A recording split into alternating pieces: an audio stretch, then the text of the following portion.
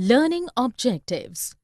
After completing this module, learners will be able to describe and understand why the Nawabs of Awadh and Bengal wanted to do away with the Jagirdari system. Learn and compare the similarities associated with the new provinces of Awadh, Bengal, or Hyderabad. List and understand the various policies adopted by Asaf Jah to strengthen his position. Describe how were the Sikhs organized in the 18th century. Describe how the groups of people like the Rajputs, Jats, Sikhs or Marathas came into power. Understand the development and expansion of the Marathas beyond the Deccan. Learn how merchants and bankers came to wield powerful influence in the 18th century. 18th century political formations. Introduction. The frontiers of Mughal Empire saw major transformations in the first half of the 18th century due to the emergence of various independent kingdoms. By 1765, the British, an upcoming power, had seized a large extent of territories in eastern India. There was a sudden and dramatic change in the political conditions in the 18th century. Many new political groups gained ground roughly from 1707, the year Aurangzeb died, till the Third Battle of Panipat in 1761. The crisis of the later Mughals. After reaching the pinnacle of success, the Mughal Empire faced decay and decline owing to numerous crises close to the end of the 17th century. Emperor Aurangzeb's persistent wars in the Deccan depleted the military and financial resources of his empire. The later Mughal emperors gradually lost power over their powerful mansabdars, governors, subedars, and military administration. The lineage of Mughal emperors after Aurangzeb was not strong enough to consolidate their political and economic authority. Thus, the British might grew politically, economically, and militarily in vast regions of the Mughal Empire.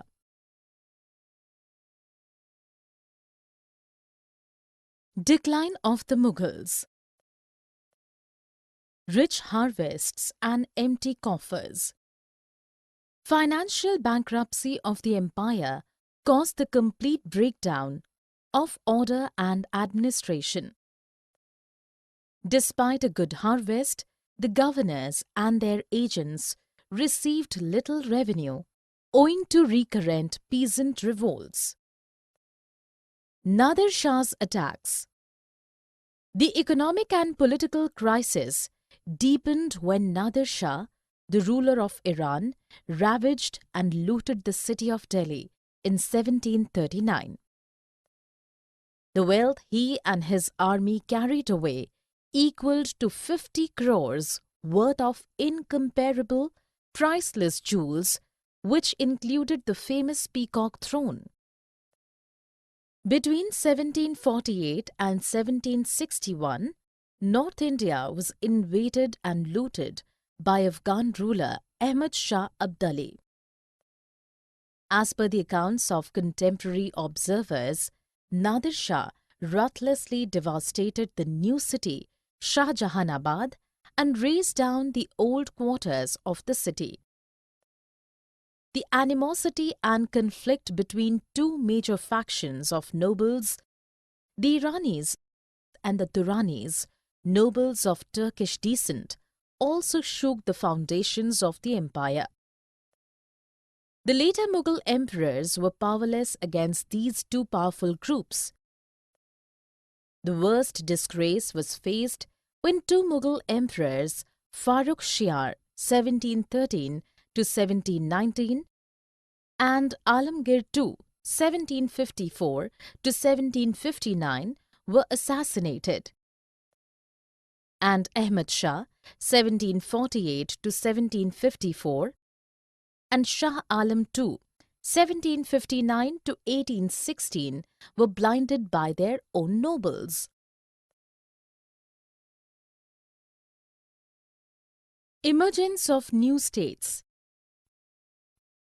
The decline in the authority of Mughal emperors in the 18th century led to the disintegration of the Mughal Empire into various autonomous regional states.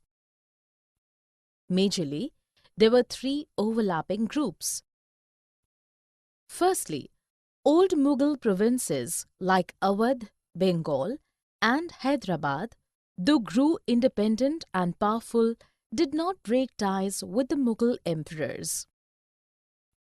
Secondly, there were states including Rajput principalities that enjoyed a great degree of independence under the Mughals as Watan Jagirs.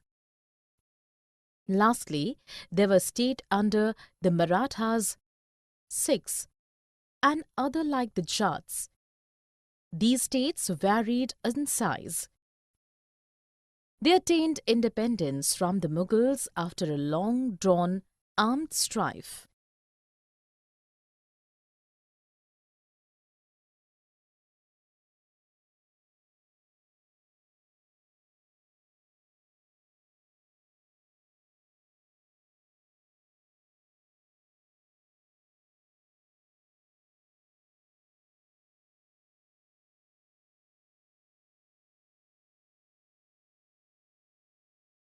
The old Mughal provinces 1. Awadh, Bengal and Hyderabad were three old Mughal provinces that emerged as major regional powers and gained independence from the Mughal in the 18th century. These were founded by Saadat Khan, Awadh, Murshid Qoli Khan, Bengal, and Asaf Jah, Hyderabad, members of the high Mughal nobility who had been governors. All three had been highly trusted mansabdars of the Mughal emperors, while Asaf Jah and Murshid Qoli Khan held at Zat rank of 7,000 each. Saadat Khan's Zat was 6,000. Hyderabad. Nizamul Mulk Asaf Jah wielded a lot of power in the court of Mughal Emperor Farrukh Siar. He founded the state of Hyderabad and ruled it from 1724 to 1748. He initially was appointed as the governor of Awadh and later given independent charge of Deccan provinces as governor. He, in planned manner, gathered power and became the virtual ruler of the Deccan, turning the turbulence and competition amongst the court nobility to his favour. Asaf Jah inducted skilled soldiers and officials from the north in his administrative services, who well received new opportunities in the south. He appointed mansabdars and granted jagirs. He served the Mughal emperor but functioned independently without any direction or interference from Delhi. The old Mughal provinces too. The Mughal emperor just approved of the decisions made by Nizam-ul-Mulk, Asaf Jah. In the west, the state of Hyderabad was perpetually in an armed strife with the Marathas. It was also struggling against the Telugu warrior chiefs, Nayaks of the plateau. The British dominance was growing in the east. They thwarted Nizam-ul-Mulk Asaf Jah's ambitions of getting control of the rich textile-producing areas of the Coromandel coast. The Nizam's army. According to a description of the Nizam's troopers in 1790, the Nizam had a savari of 400 elephants, along with several thousands of his personal horsemen, who received more than 100 rupees as a nominal pay. They were extremely well mounted and richly adorned. The Nizam's army Awadh. The founder of Awadh, Burhan-ul-Mulk Saadat Khan, was appointed Subedar of Awadh in 1722. It turned out to be one of the most important states to break up from the Mughal Empire. Awadh was a prosperous state. It controlled the rich alluvial Ganga plains and was located on the main trade route between North India and Bengal. Burhan-ul-Mulk had Subedari political, Diwani financial, and Faujdari military offices under his authority. To minimize Mughal influence in the Awadh region, Saadat Khan gradually reduced the size of jagirs, reduced the number of jagirdars appointed by the Mughal emperor, and appointed his own loyalists in vacancies thus created. Officials of the Nawab's court kept a close watch on the accounts of the jagirdars to rule out possibilities of cheating. They also reassessed the revenues of all districts. He captured several Rajput zamindaris and the fertile lands of the Afghans of Rohilkhand. The state depended on Mahajans and local money bankers for loans. It sold the right to collect tax was to highest bidders. These revenue farmers or jagirdars, in return, paid a fixed amount of money to the state through the local bankers. For their services, the revenue farmers were allowed freedom for assessment and collection of taxes. This arrangement made the state highly dependent on the new social groups of money lenders and local bankers who influenced the state considerably. The Nizam's army Bengal. Murshid Quli Khan, the naib or deputy to the governor of Bengal, gradually freed Bengal of Mughal control. Though never a subedar, he worked his way to power effectively to control Bengal. The revenue administration of the state was under his control. To reduce Mughal intervention in Bengal, he transferred all Mughal jagirdars to Orissa. He ordered reassessment of the revenues of Bengal and ordered collection of revenue in cash from zamindars.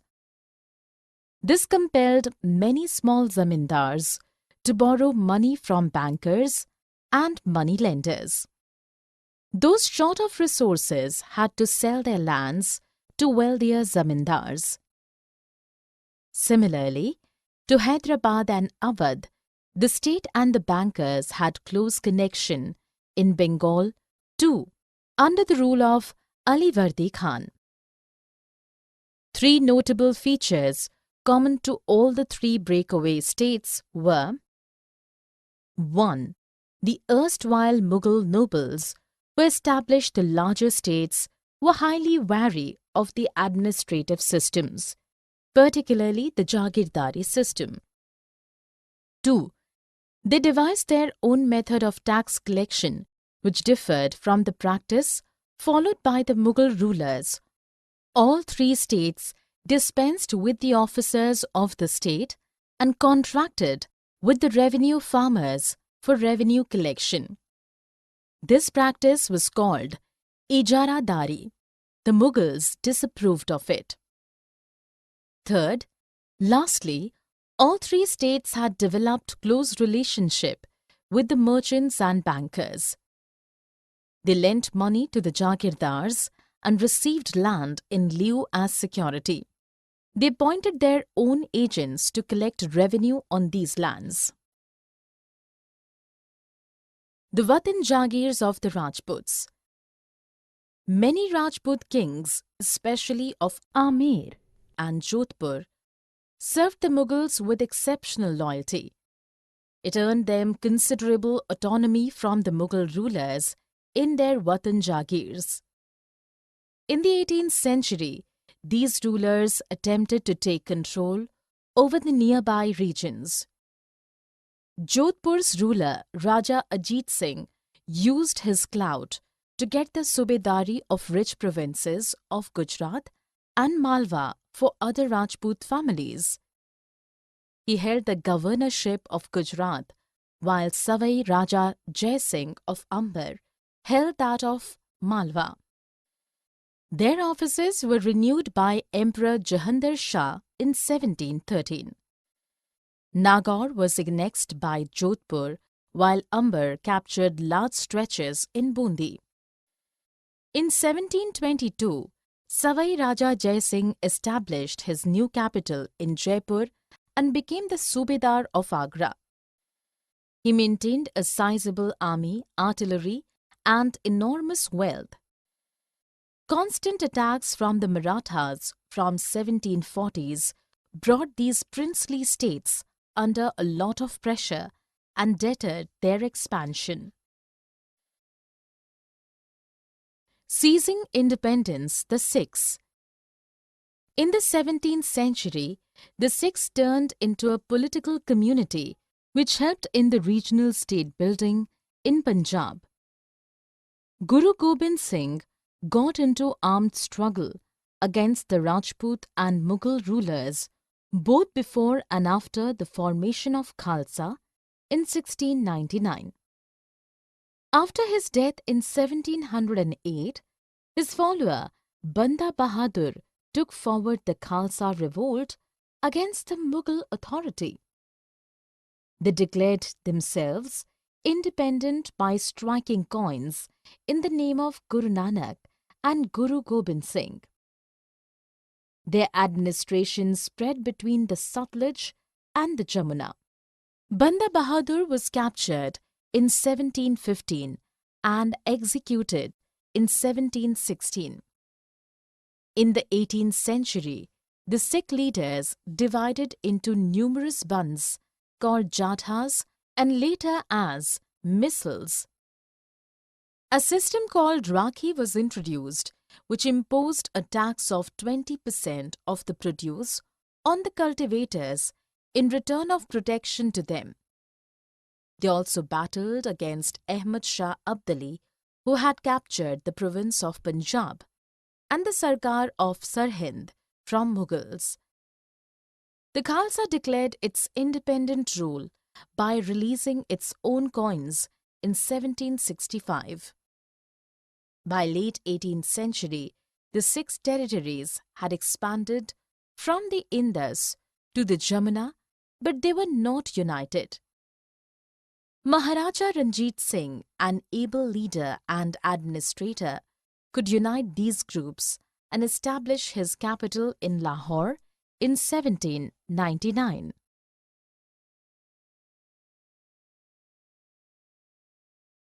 The Marathas won.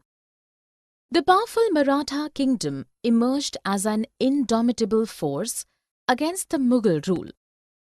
Shivaji 1627 to 1680 was aided by the courageous warrior families of Deshmukhs in establishing a powerful and stable kingdom.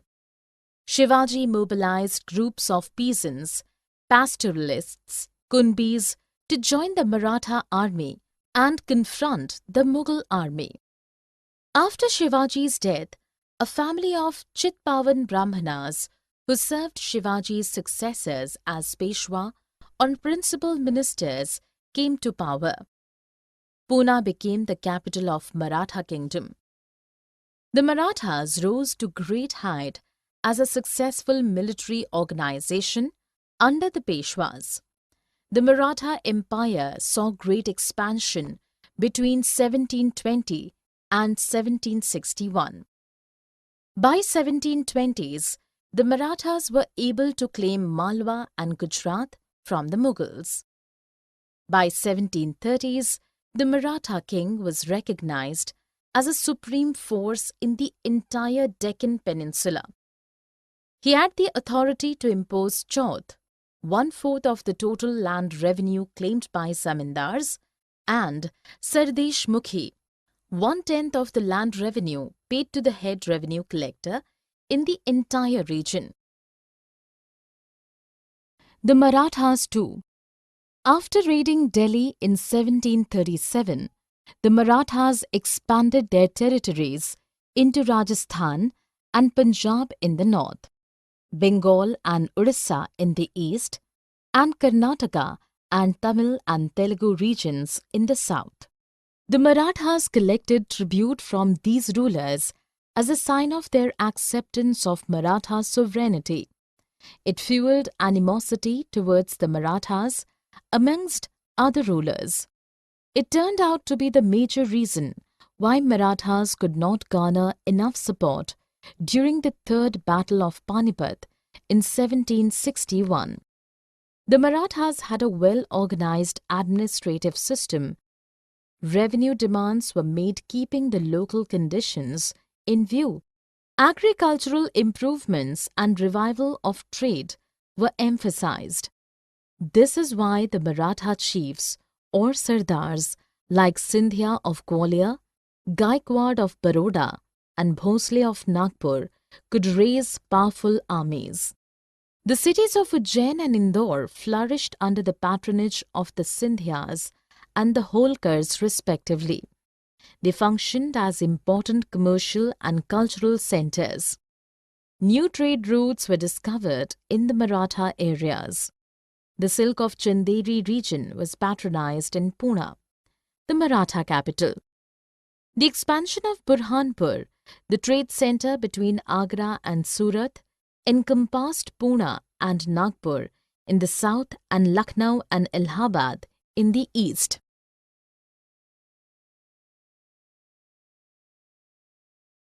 Seizing independence. The Jats. The Jats acquired political significance in the late 17th and 18th centuries.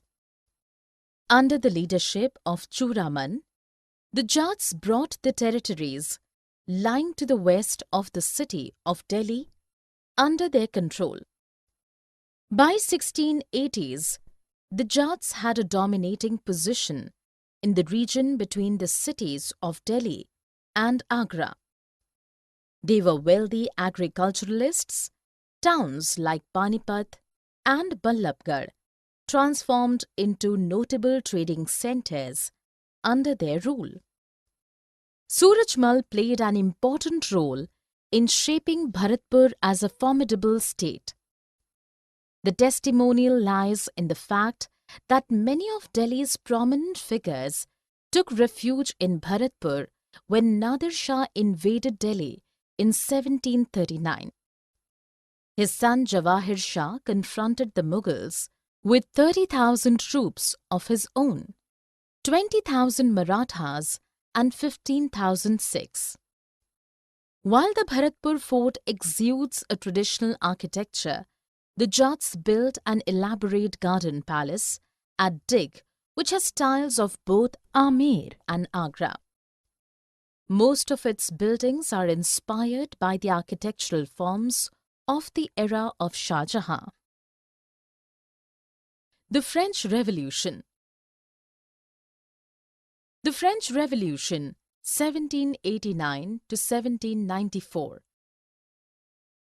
In the 18th century India, the common people did not have a right to participate in the matter of their governments. It was the same situation in the Western world till late 18th century.